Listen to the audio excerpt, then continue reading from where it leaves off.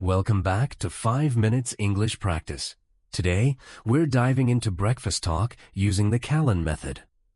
But before we get into the vocabulary, can you share why consistent, daily speaking practice just 5 minutes each morning can be transformative for English learners? Absolutely! Daily repetition builds muscle memory, just like athletes train for better reflexes. By practicing short, focused sessions every day, learners reinforce correct pronunciation and sentence patterns, making English feel more natural and automatic, especially during real-life situations. That makes sense. So, it's less about cramming tons of words at once and more about regular exposure and active use, right? Exactly. Think of it as watering a plant. Small amounts regularly help it thrive. The Callan Method's pace mimics natural conversation flow, pushing students to respond quickly and with confidence. Over time, these habits compound, leading to lasting improvement. Let's zoom in on the Callan Method itself. What differentiates its rapid, repetition-based drills from more traditional approaches to language learning? The Callan Method focuses on speed and active participation. Instead of just memorizing vocabulary, learners listen and immediately repeat, training their brains to process English in real time. This mimics how children acquire their first language through constant exposure and instant feedback. So, it's almost like learning to ride a bike. You need to keep moving, even if you wobble at first. How does this impact confidence when speaking? Exactly. The quick pace leaves little room for overthinking or translating in your head. As a result, students gradually build fluency and confidence, feeling more comfortable speaking up even if they make mistakes along the way. Now, let's get practical. Why is it effective to focus on everyday topics like breakfast for foundational vocabulary building? Breakfast words like toast, butter, jam, tea, and eggs are part of daily routines, making them highly relevant. When learners practice these in context, they're more likely to remember and use them. Real-life topics anchor language in familiar experiences. That's a great point. Someone who practices ordering breakfast in English is more likely to recall those words when traveling, for example. It's not just theory, it's practical language for real scenarios. Exactly. Plus, connecting new words to sensory experiences like the taste of coffee or the smell of toast deepens memory retention through emotional and sensory associations. Let's talk about repetition. Some learners worry that repeating sentences is boring or unproductive. What does research say about the value of repetition for language acquisition? Studies show that spaced repetition is one of the most effective techniques for long-term retention.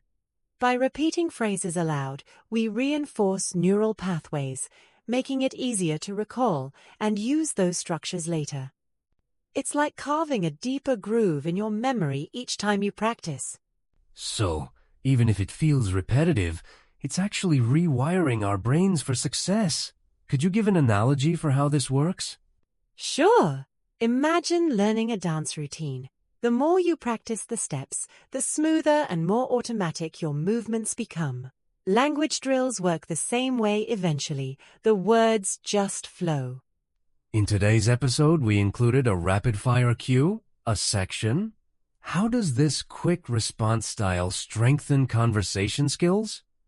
Rapid-fire practice trains learners to think on their feet, just like in real conversations where there's no time to pause and translate. It develops a reflexive ability to answer questions, boosting confidence and reducing hesitation. Can you share a scenario where this skill makes a difference outside the classroom? Definitely. Imagine someone at a hotel breakfast buffet abroad. When asked, "Would you like eggs or toast?" A learner who's drilled these responses will answer smoothly, no awkward pauses or searching for words. Today's dialogue practice simulates a breakfast conversation.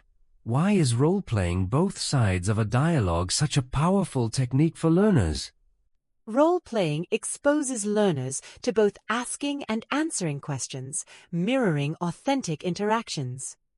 It builds listening comprehension and speaking ability simultaneously, preparing learners for dynamic, real-world exchanges. How might someone adapt this technique for solo practice at home? Learners can record themselves performing both roles, then play it back to self-assess. Alternatively, they can practice in front of a mirror, focusing on pronunciation and body language for added realism. After practicing sentences, a quick vocabulary recap was included. How does reviewing keywords immediately after use support learning? Immediate review strengthens short-term memory traces and helps transfer words to long-term storage. It's similar to athletes cooling down after intense exercise review consolidates what was learned, making future recall easier. Are there strategies to reinforce vocabulary beyond repeating definitions? Yes. Learners can create flashcards with pictures, use words in new sentences, or label items in their kitchen.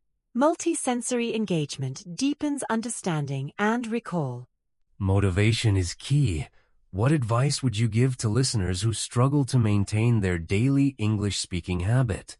Set small, achievable goals. Even if it's just speaking 3 sentences each morning, consistency is more important than intensity.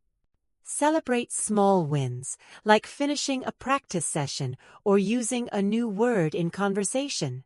Over time, these moments add up. It sounds like self-encouragement plays a vital role in sustaining progress. Absolutely. Positive reinforcement boosts motivation. Remind yourself why you started and visualize the confidence you'll gain, like ordering breakfast abroad with ease. The episode ends with a homework challenge. Speak English while making breakfast. How can integrating language practice into daily routines accelerate progress?